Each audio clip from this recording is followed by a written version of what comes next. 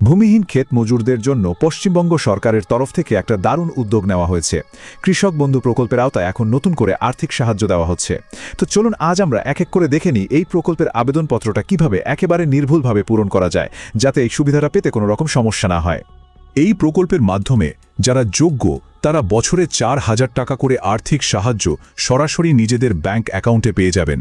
এই টাকাটা একবারে নয়, বছরে দুটো সমান কিস্তিতে দেওয়া হবে, মানে প্রতিবারে 2,000 টাকা করে।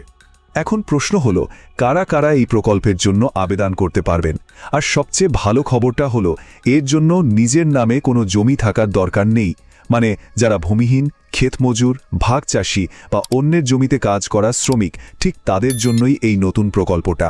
ঠিক আছে, চলুন তাহলে আর দেরি না করে সরাসরি আবেদনপত্রটা দেখে নেওয়া যাক। ফর্মটা মোট 3 পাতার, কিন্তু ঘাবড়ানোর কিছু নেই, আমরা ধাপে ধাপে এগোবো। সবার প্রথমে প্রথম পাতাটা পূরণ করতে হবে, যেখানে ব্যক্তিগত আর ব্যাংকের জরুরি তথ্যগুলো দিতে হবে। দেখুন, প্রথম পাতাটা কিন্তু এই 4টে সহজ ভাগে ভাগ করা। যেমনটা দেখতে পাচ্ছেন, শুরু হবে ব্যক্তিগত তথ্য দিয়ে, তারপর যোগাযোগের বিবরণ, এরপরে খুব সাবধানে ব্যাংকের অ্যাকাউন্টের বিবরণ পূরণ করতে হবে, আর সব শেষে মনোনীত ব্যক্তির তথ্য দিতে হবে। প্রথম ধাপে একদম প্রাথমিক তথ্যগুলো দিতে হবে: পুরো নাম, সম্পূর্ণ ঠিকানা, জন্ম তারিখ, লিঙ্গ আর সামাজিক শ্রেণী, মানে জেনারেল, এসসি, এসটি নাকি ওবিসি, সেটা নির্ভুলভাবে লিখতে হবে। এখানে একটা জিনিস কিন্তু খেয়াল রাখতে হবে, বয়সটা 1 এপ্রিল 2026 তারিখ অনুযায়ী হিসেব করে লিখতে হবে, তাই ক্যালকুলেশনটা একটু সাবধানে করতে হবে। এরপর আসছে যোগাযোগের বিবরণ। এখানে মোবাইল নম্বরটা দিতে হবে, আর এটা নিশ্চিত করতে হবে যে নম্বরটা ব্যাংক অ্যাকাউন্টের সঙ্গে লিঙ্ক করা আছে, কারণ টাকাটা তো ওখানেই আসবে। আধার কার্ডের নম্বর দেওয়াটা কিন্তু বাধ্যতামূলক। ভোটার আইডি নম্বর দেওয়াটা জরুরি নয়, তবে দিয়ে দেওয়াই ভালো, তাতে পরিচয় যাচাই করতে সুবিধা হয়। এবার কিন্তু সবথেকে গুরুত্বপূর্ণ অংশ ব্যাংকের তথ্য। এখানে একদমই ভুল করা চলবে না, কারণ একটা ছোট্ট ভুলেও টাকাটা আটকে যেতে পারে। এই স্লাইডের টেবিলটা একবার দেখুন, নামটা ঠিক যেমন পাসবুকে আছে হুবহু তাই লিখতে হবে। অ্যাকাউন্ট নম্বর আর আইএফএসসি কোড বারবার মিলিয়ে নিতে হবে, আর শেষে অ্যাকাউন্টটা সেভিংস না কারেন্ট সেটাতে টিক দিতে হবে। আর হ্যাঁ, আরেকটা জরুরি কথা, ব্যাংক অ্যাকাউন্টের প্রমাণ হিসেবে পাসবুকের প্রথম পাতার ফটোকপি দেওয়া হচ্ছে নাকি একটা বাতিল করা চেকের কপি, সেটা কিন্তু নির্দিষ্ট বাক্সে টিক চিহ্ন দিয়ে জানাতে ভুললে চলবে না। ফর্মের পরের অংশে একজন নমিনি বা মনোনীত ব্যক্তির নাম দিতে হবে। নমিনি মানে কি? খুব সহজ ব্যাপার। আবেদনকারীর অনুপস্থিতিতে প্রকল্পের সুবিধাটা কে পাবেন সেই ব্যক্তিকেই বেছে নেওয়া। এই চতুর্থ ধাপে মনোনীত ব্যক্তির পুরো নাম, আবেদনকারীর সঙ্গে তার সম্পর্ক কি, তার বাবার নাম, জন্ম তারিখ, আর এক্ষেত্রেও কিন্তু 1 এপ্রিল 2026 তারিখ অনুযায়ী তার বয়স কত হচ্ছে সেটা উল্লেখ করতে হবে। প্রথম পৃষ্ঠার একদম শেষে একটা ছেঁড়া অংশের মতো দেখতে পাওয়া যাবে। ফর্মটা জমা দেওয়ার পর ক্যাম্পের অফিসার ওটাতে সই করে ছিঁড়ে ফেরত দেবেন। এটা হলো ফর্ম জমা দেওয়ার প্রমাণ, তাই এটা খুব সাবধানে নিজের কাছে রেখে দিতে হবে। বেশ, প্রথম পাতা তো হয়ে গেল। চলুন এবার দ্বিতীয় পাতায় যাওয়া যাক। এই পাতায় দুটো খুব গুরুত্বপূর্ণ ঘোষণা বা সম্মতিপত্র আছে, যেখানে সই করতে হবে। এই স্লাইডটা দেখলে পুরো ব্যাপারটা পরিষ্কার হয়ে যাবে।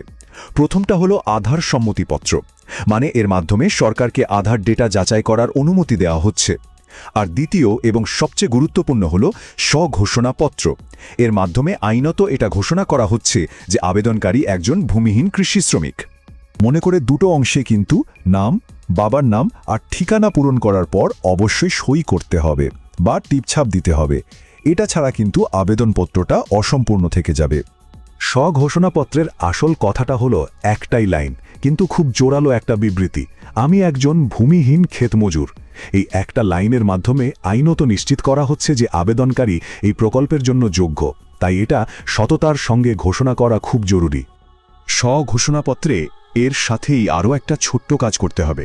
আবেদনকারী যদি লক্ষ্মীর ভাণ্ডারের মতো অন্য কোনো সরকারি প্রকল্পের সুবিধা পান, তাহলে নির্দিষ্ট বাক্সে টিক দিতে হবে, আর অন্য কোনো প্রকল্প থাকলে তার নামটাও লিখে দিতে হবে। ব্যাস, আমরা প্রায় শেষের মুখে। তৃতীয় আর শেষ পাতাটা খুবই সোজা। এটা আসলে একটা চেকলিস্ট, যা মনে করিয়ে দেবে যে সব জরুরি কাগজপত্র ঠিকঠাক করে জমা দেওয়া হলো কিনা। চলুন শেষবারের মতো মিলিয়ে নেই কি জমা দিতে হবে। লাগবে ভোটার কার্ড, আধার কার্ড আর ব্যাংক পাসবুকের প্রথম পাতার ফটোকপি। এর সাথে ফর্মের দ্বিতীয় পাতাটা আর একটা পাসপোর্ট সাইজের ছবি। আর সবচেয়ে জরুরি কথা, যেটা একদম ভুললে চলবে না, সব কটা ফটোকপির ওপর নিজের সই বা টিপছাপ দিতে হবে।